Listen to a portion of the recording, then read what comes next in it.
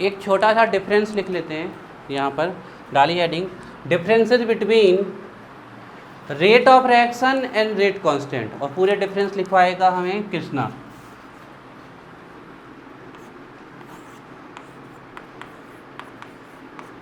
differences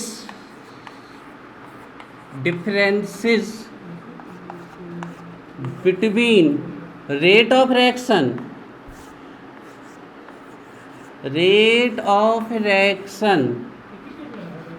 अलग, हाँ हाँ एक में ही आ जाएगा, नहीं एक में देखा जाएगा, कॉलम बना के लिखना है ना, ये बंद कर लो, ये वाला हो गया पूरा। अब लिखो differences between rate of reaction that is ROR, या फिर रेट भी लिख सकते हो आप, एंड रेट कांस्टेंट। याद कर लो सब लोग अपने मन में, जिसको जितना समझ में आ रहा हो, जो आपने पढ़ा है उसके अलावा कुछ नहीं लिखवाएंगे हम। रेट कांस्टेंट की कितना याद कर लो, एक पॉइंट कम से कम तुम्हें बताना ही है। Difference between rate of reaction and rate constant की 2 नंबर में आ जाता है कभी कभी ये क्वेश्चन, हालांकि ये तो पहले ही से हमें बनता है, कॉपी पेस्ट है। हम 2 कॉलम बना लेते हैं,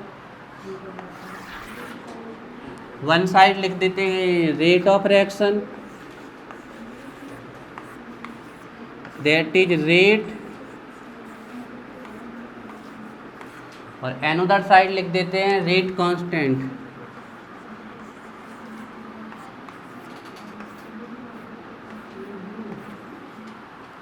sorry rate constant.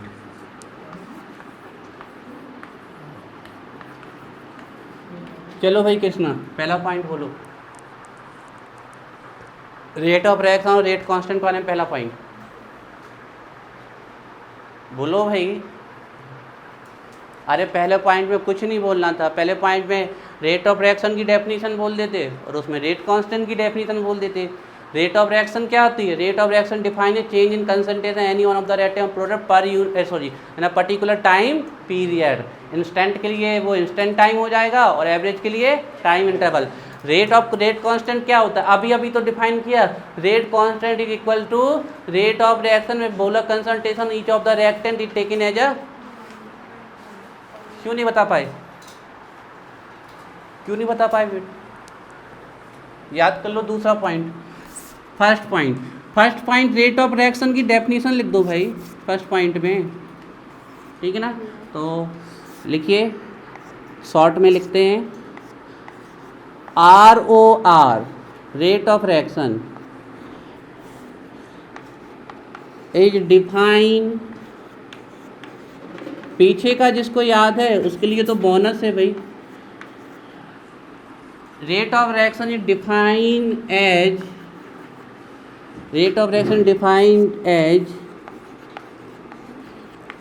Change in concentration, किसी का भी पता चल जाए, एनी वन ऑफ द, और प्रोडक्ट, बहुत बढ़िया। Rate of reaction defined as change in concentration any one of the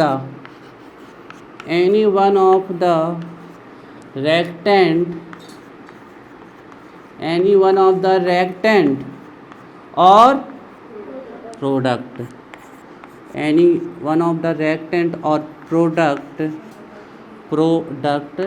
in a particular time period. अब वो टाइम पीरियड एवरेज के लिए टाइम इंटरवल होता है, इंस्टेंट के लिए इंस्टेंट टाइम होता है। Rate of reaction define a change in concentration any one of the reactant और product in a particular time period. क्या इस पॉइंट सबको याद था? ये तो पहले ही से है ना, पर्टिकुलर टाइम पीरियड। दूसरा पॉइंट दीपा बताएगी। दीपा सोच लो जल्दी से दूसरा पॉइंट।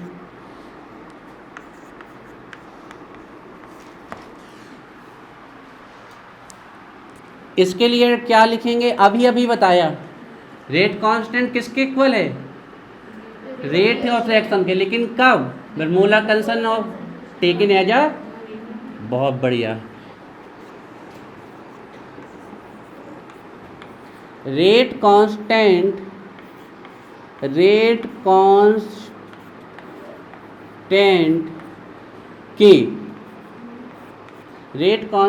के is defined as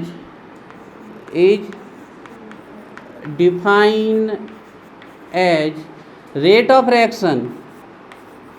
हम शॉर्ट में लिख रहे हैं अभी, आप लोग एग्जाम में पूरा फुल फॉर्म लिख के आइएगा। रेट कांस्टेंट के define as rate of reaction, लेकिन कंडीशन लगानी पड़ेगी। When molar concentration each of the reactant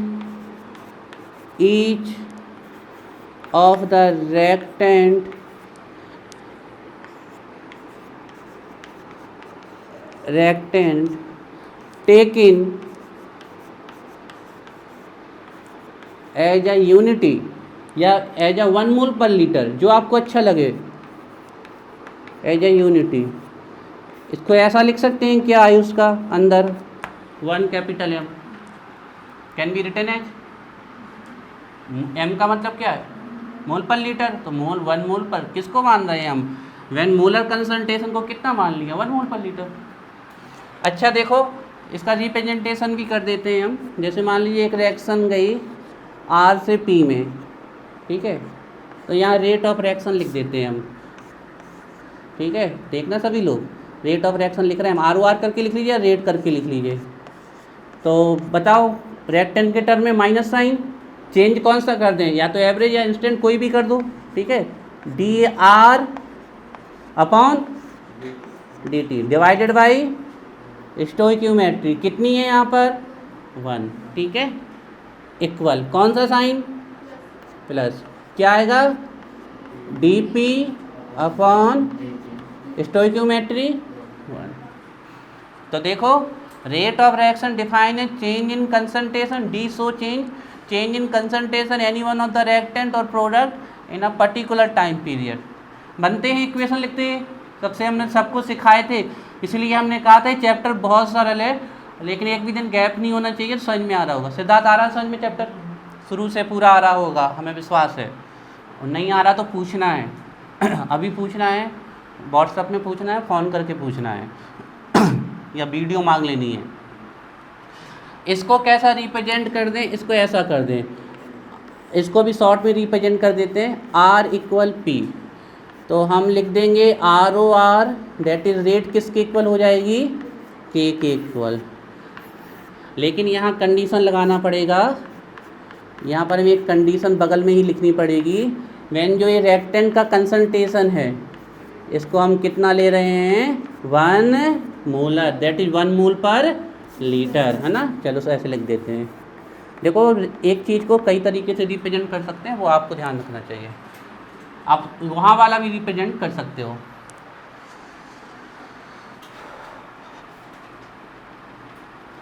second point बताएगी दीपा। हाँ हाँ, और बहुत बढ़िया, ये पॉइंट बिल्कुल हमने रख लिया। हम इसको तीसरे नंबर पे लिखेंगे, यही एक्चुअली में हमें यही पॉइंट लिखना है तीसरे पे। एक पॉइंट और बचा है, वो बताएगी हमें महक।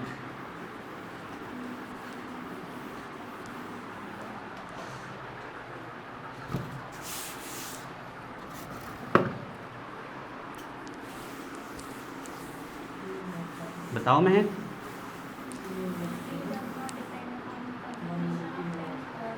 बहुत बढ़िया, और rate of reaction depend upon, बहुत बढ़िया।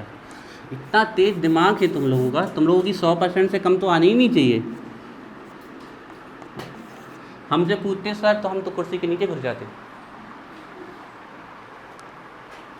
जब हमसे सर पूछते थे ना, हम कुर्सी के नीचे घुस जाते थे, नहीं बनता था। चलिए शॉर्ट में लिख रहे हैं, रेट ऑफ रिएक्शन कंसंट्रेशन पे डिपेंड करती है कि नहीं। हमने जब प्रॉपर्टीज ऑफ लिखी थी, जब हमने factors affecting rate of reaction लिखा था, पहले ही पॉइंट लिखा था कंसंट्रेशन ऑफ रिएक्टेंट्स पे डिपेंड करती है रेट। ध्यान रखिए, रेट ऑफ रिएक्शन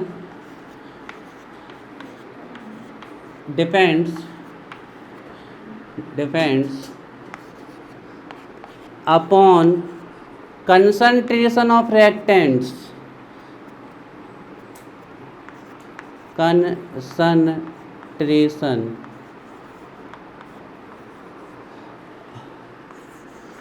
ऑफ रेक्टेंट्स।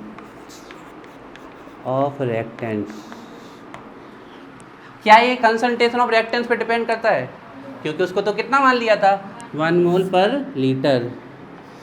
लिखिए इसमें फाइन रेट कांस्टेंट के, या इट लिख सकते हो, इट, ठीक है ना, या तो रेट कांस्टेंट के लिख लीजिए या इट लिख लीजिए। रेट कांस्टेंट के ब्रैकेट में रखिएगा के डज नॉट और depend upon concentration of reactants, does not depend upon concentration of reactants।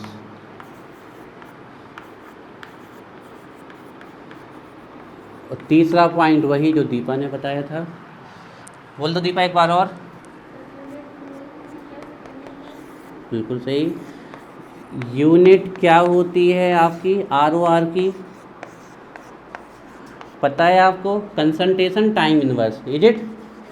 Mole per litre पर टाइम, दैट इज सेकेंड ले लिया तो हमने second inverse. This is the unit of rate of reaction, mole per litre पर time. और इसकी तो unit अभी तक निकाली ही नहीं है, हमने क्या बोल दिया, किस पे डिपेंड करती है? ऑर्डर पे। यूनिट ऑफ के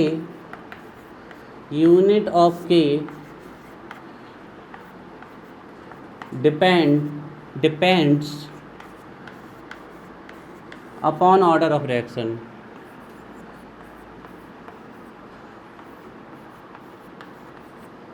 तो भाई ये हमने लिख पे दिया, ये तो पहले से सब आपको पीछे के चीज़ें हमने दोबारा लिखवा दी है।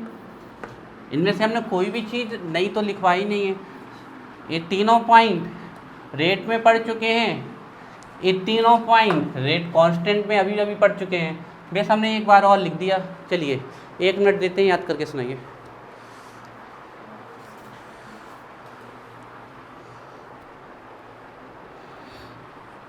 और इसके बाद आते हैं हम ऑर्डर ऑफ रिएक्शन पे। हाँ 3 ही पॉइंट।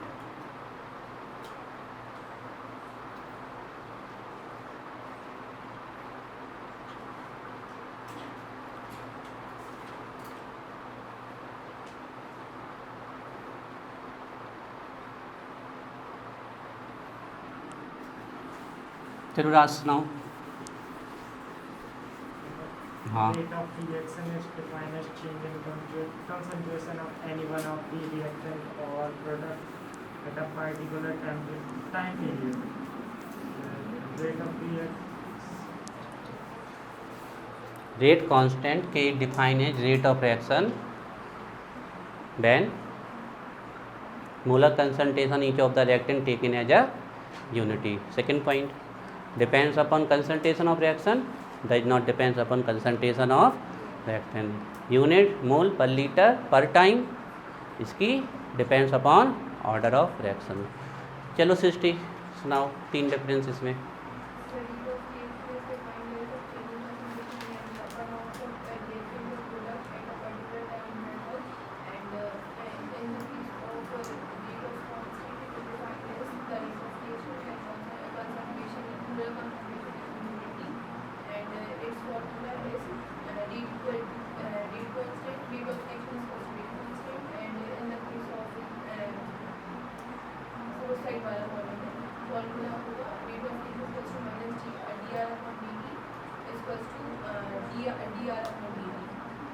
हाँ ठीक है, ओके ओके, आप डिफरेंस बता दो।